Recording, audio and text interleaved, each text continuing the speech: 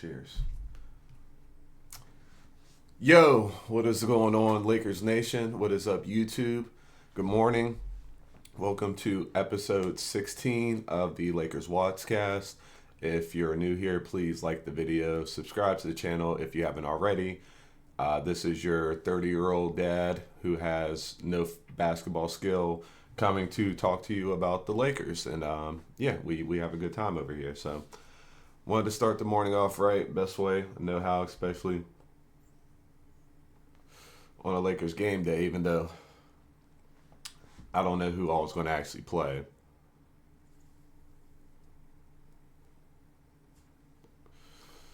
That's the best way to start off your morning. So, speaking of the game, we play the Pacers. It's the second game in a row we play the Pacers. I'm not sure why the schedule makers do that, but if they're going to give us back-to-back games, we do appreciate those back-to-back, not Pacers, but Jazz games, back-to-back Jazz games. We appreciate those back-to-back Spurs games, well, at least in the past before they got De'Aaron Fox. But hey, I mean, it is what it is. We got Lucas. So let's start with the big news. The Lakers have signed a big man. Very unfortunate. I'm sorry about the pause there. Let me say this. The Lakers have officially signed their big man, Alex Len, formerly of the Sacramento Kings. And my reason for pause is because I was really hoping that Christian Wood was going to work his way back on the floor. I really did.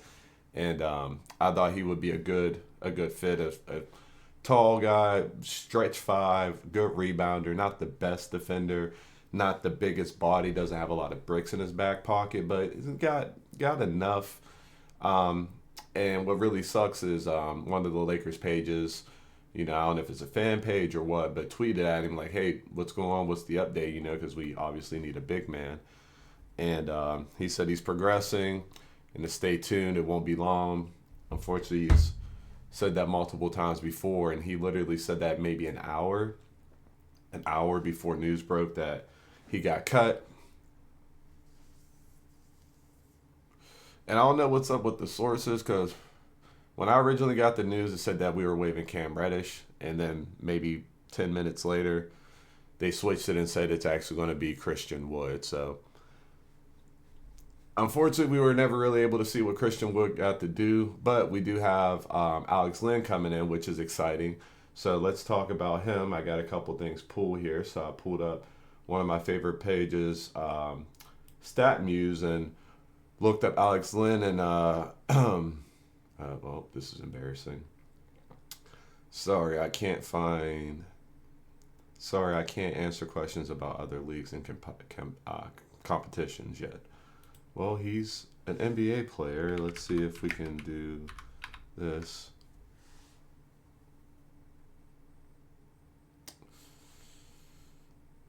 Okay. Guy's a 12-year vet. At least 11-year vet. What's up with that? Okay, let's try this. Here we go. All right, Alex Len. So Alex Len is a 7-foot, 250-pound center out of Ukraine. It looks like he went to Maryland. He has 11 years of experience, of NBA experience, and he was drafted with the 5th overall pick in the 2013 draft. Now, his numbers are not anything too really bad an eye over, not anything real impressive. And looking at his games played here, he's been in the league for 11 years, and there was a good stretch of time where he was averaging about 20 minutes a game. That was last in the 2018-19 season. Since then, he dropped to the teens. Then he was, double digits up to to about 15. And in the last few years, it's been less than 10 minutes. So one thing we do want to preface ourselves and be aware of is that this is not Mark Williams. This is not Max Kessler, Walker Kessler, excuse me. What Alex Len is a professional. He is a serviceable backup big man, which is what he's been for most of his career. A lot of us will know him for his time in Sacramento, which is where he flourished a lot. He also played alongside of Sabonis these last couple years and was able to kind of coexist with another big, which is an interesting dynamic. Now he's not known as a high flyer, which I know is the big thing with Luka and LeBron. But if you've been watching Alex Lynn highlights on YouTube for the past 12 hours, like I have, excuse me, you will see that he does finish lobs. People throw him lobs.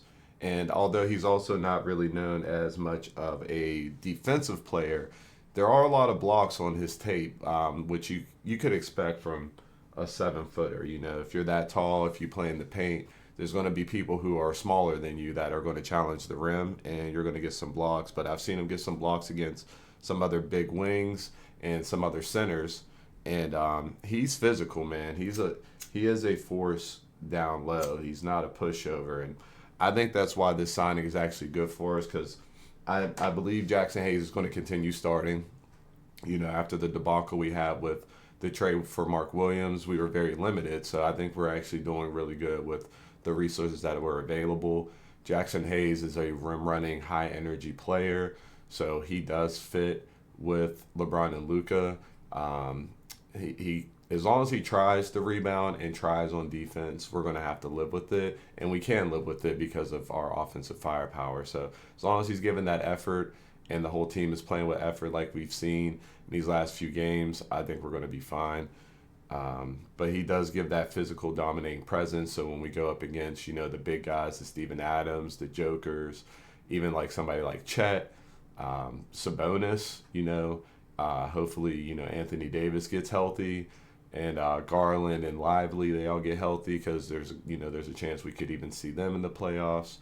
I think Phoenix is right on the outside looking in, but I think they got a new big man, that Nick Richards dude, I believe. So this gives us versatility. It gives us our high flying, rim running center with Jackson Hayes, but it also gives us more of a bruiser, more of a defender style big here with Alex Lynn.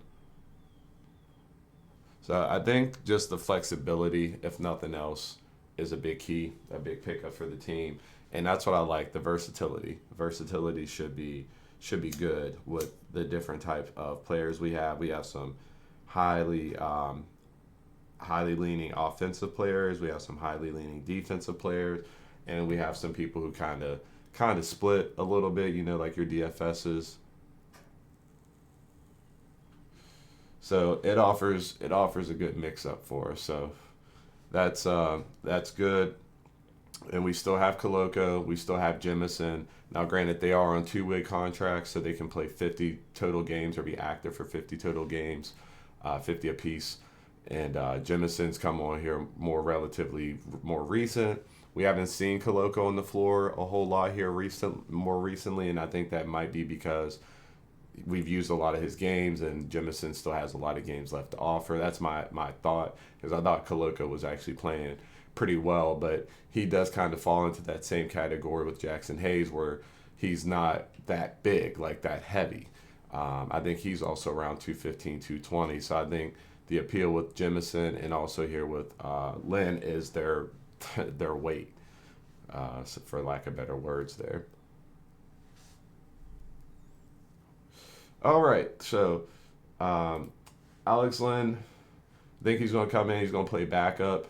I don't know if we'll see him tonight or not, but this is nice that we do have this flexibility now. So I wanted to talk about him, but I also wanted to talk about, sorry, Jordan Goodwin here. What a surprise out of nowhere. This guy has come in and won over Lakers fans' hearts in 2 games.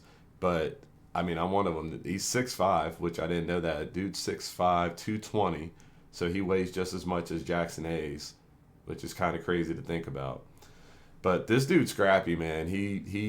His on-ball defense, and like I was saying, somebody for more point of attack to guard, like the point guard, shooting guards, you know, your Donovan Mitchell, Steph Currys of the world, Jordan Clarkson. This guy played his ass off, and he scored like 17 points last game. You see, he's averaging 13 and a half. Um, Dude's a baller. He's only been in the league for 3 years, 26 years old. The upside with this guy is high, and I heard Trevor Lane talking about, I can't remember what team. I think they said Memphis he played for last year, and he gave us problems last year, gave us buckets. And they said the Lakers are known to keep an eye for these scrappy type of dudes who kind of do us dirty. And this dude is quickly wanting people to sign him to the active roster, and by people I mean me. But I have heard a lot on the internet and different YouTube comments that people are really digging this guy. So he's definitely going to play tonight. So him, hopefully we see Dalton Connect play tonight. You know, Jackson Hayes, maybe Alex Lynn. LeBron and Luca probably sit. I would sit Austin Reeves. So you know, Rui DFS. Maybe I don't. I think Cam Reddish might be out. I know the report's out. I have to pull it up and take a look. Um, Actually, let's do that real quick. Let's see. Lakers game report. I did not type into anything. Lakers game report.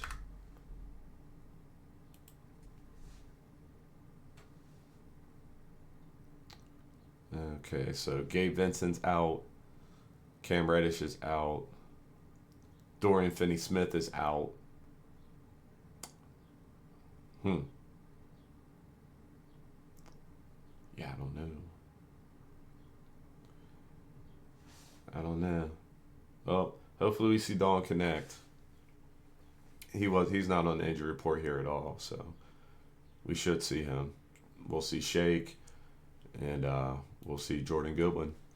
So I would strongly lean into sitting Austin Reeves. Maybe Luka and LeBron do play, but I would look into maybe sitting Austin Reeves, especially after he went out there and balled on the Pacers and dropped 45 like that. But yeah, dude, I like this guy. I'm kind of in favor of signing him too. So that kind of brought me to the next thing is the roster. So we did waive Christian Wood to sign Alex Len, so that's already done. He's already on the active roster, which we talked about a little earlier. But in order to sign, Jordan Goodwin, we are going to have to cut somebody. So there's a couple candidates. It could be you have your Shake Miltons, you have your Cam Reddishes, you have Markieff Morris. Bronny James is not getting waived. That is not happening. So yeah, that's really all you really have to work with now. You can say Cam Reddish because he was already traded, and technically they tweeted out that he was getting cut when he wasn't. So that could be an option. Now I do like Cam Reddish for the same reason we were talking about Jordan Quinn. Although Cam Reddish is like 6'8", he is a good on-ball defender, and he can navigate screens a little bit better than DFS and Vando, although I think DFS and Vando are probably better overall defenders. I just think he guards the guards a little bit better than they do. It might just be his frame, his build. He's a little bit more slender where they're more square. Like those are like some pretty broad dudes. So I do like him for his defense, and he can hit some threes. I know he's pretty streaky, but he can shoot. I just would like to see him shoot more consistently. So he's definitely a target for that. Markieff Morris, I don't really know about that because it's understated about a locker room presence. I know the first time he was on the team, he was a locker room presence, so they may value that. Plus, he's a Luka guy. He came over in the trade with Luka. Him and Luka are cool. Plus, he's cool with LeBron from, they want to ring together. So I don't know if they'll cut him. Shake Milton would probably be my guess. I thought he had a couple of strong games, but he's had some little hiccups here and there,